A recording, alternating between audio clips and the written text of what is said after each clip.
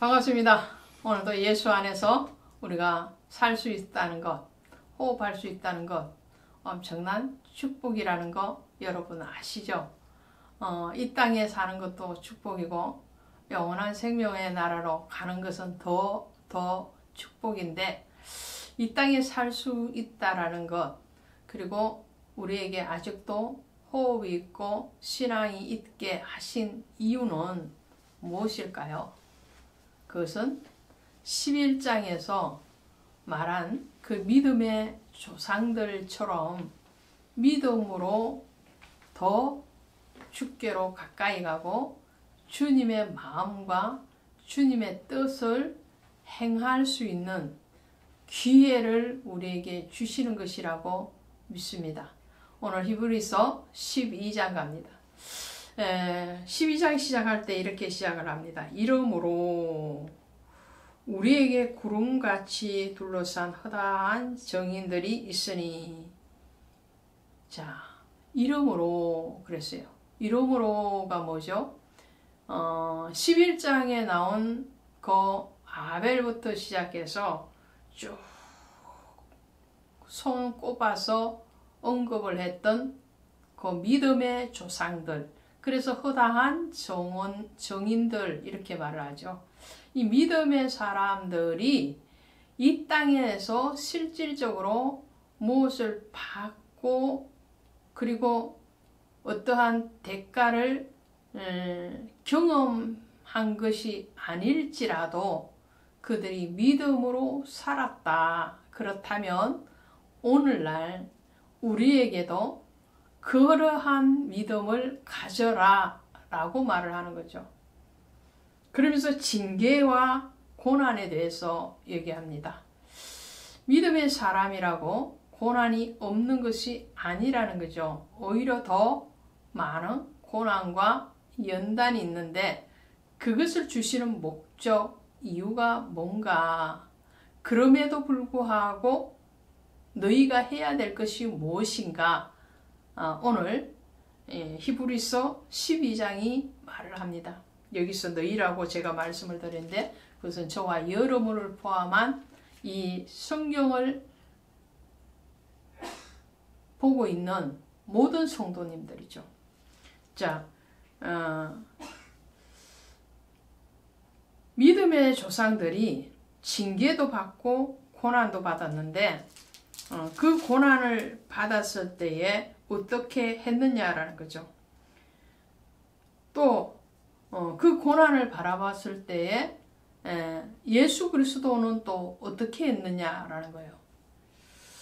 자, 12장 2절에 가시면 믿음의 주요 또 온전하게 하시는 이 예수를 바라보자. 그는 그 앞에 있는 기쁨을 위하여 십자가를 참으사 부끄러움을 개의치 아니하시더니 하나님 보좌의 우편에 앉으셨느니라. 그러니까 믿음의 이스라엘의 조상들 뿐만 아니라 그 믿음의 주요 또 온전케 하시는 예수님까지라도 오늘 우리에게 믿음의 주요 온전케 하시는 예수를 바라보자 그러잖아요. 바라보자. 언제요? 언제든지입니다. 언제든지. 고난이 오든지 징계가 오든지 아니면 평안한 삶의 나날이 오든지, 그러니까 생로병사 그 모든 과정 가운데서 그리스도 예수를 바라보라라는 거죠. 예수님도 십자가의 고난을 당하실 때에 그 예수 그리스도까지도 그 고난에 대해서 하나님을 바라봤다는 거예요. 하늘을 바라봤다는 거예요.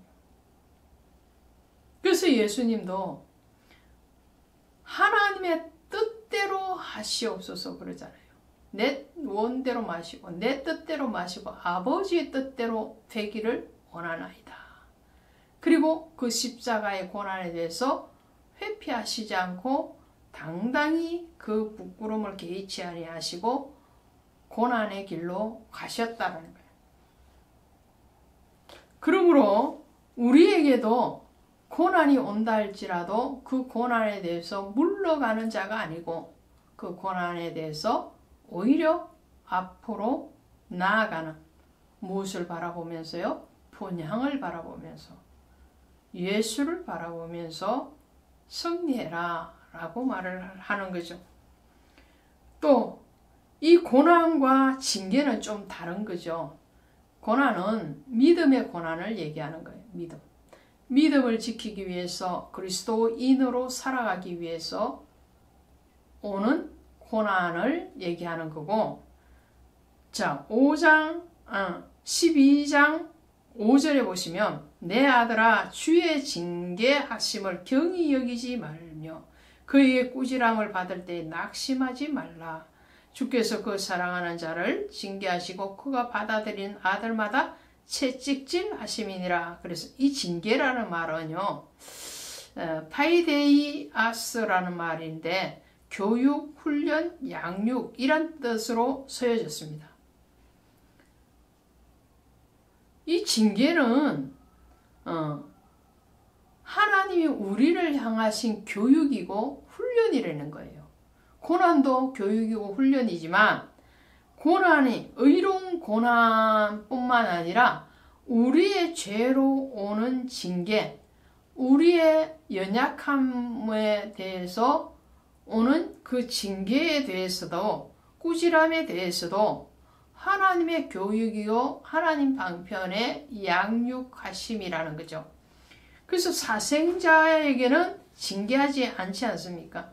징계가 있고 고난이 있다라는 것은 하나님의 자녀라는 증거죠. 그것이 6절부터 8절까지 말을 하는 거예요. 징계는 다 받는 것이거늘 너에게 없으면 사생자요 친아들이 아니니라. 8절에 그렇게 말합니다. 징계와 고난은 그 오는 통로는 다르지만 목적은 하나예요. 그것은 바로 하나님의 일하시며 그 하나님의 의로운 백성이요 자녀를 삼기 위한 연단이요 훈련이요 양육이라는 것이죠. 그리고 그 고난과 징계를 통해서 하나님은 우리를 정금같이 나오게 하십니다. 10절에 보시니까 우리의 유익을 위하여 그의 거룩하심에 참여하게 하시느니라 그랬어요. 그러니까 하나님은 하나님의 뜻대로 우리를 징계하시고 그리고 하나님의 뜻에 맞는 하나님의 자녀를 만들어가는 과정이, 불순물들을 제거하는 과정이 바로 징계요 고난의 과정인 거죠. 우리의 의로운 고난이든 우리의 잘못으로 오는 징계이든 그 목적은 하나예요. 그 목적은 바로 하나님의 거룩한 자녀가 되는 것이고, 그리고 의와 평강의 열매를 맺게 하는 것이죠. 11절에 보시면 무릇 징계가 그 당시에는 즐거워 보이지 않고 슬퍼 보이나 후에 그로 말미암아 연단받은 자들은 의와 평강의 열매를 맺느니라. 할렐루야. 의와 평강의 열매. 13절에는 이렇게 되어 있습니다. 너희 발을 위하여 곧은 길을 만들어 저는 다리로 하여금 어그러지 않고 고침을 받게 하라. 여기에서 곧은 길은 순종의 길을 얘기해요. 순종의 길.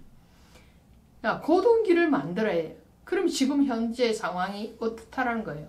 굽어져 있다는 거죠. 굽어져 있는 길. 그러니까 불순종의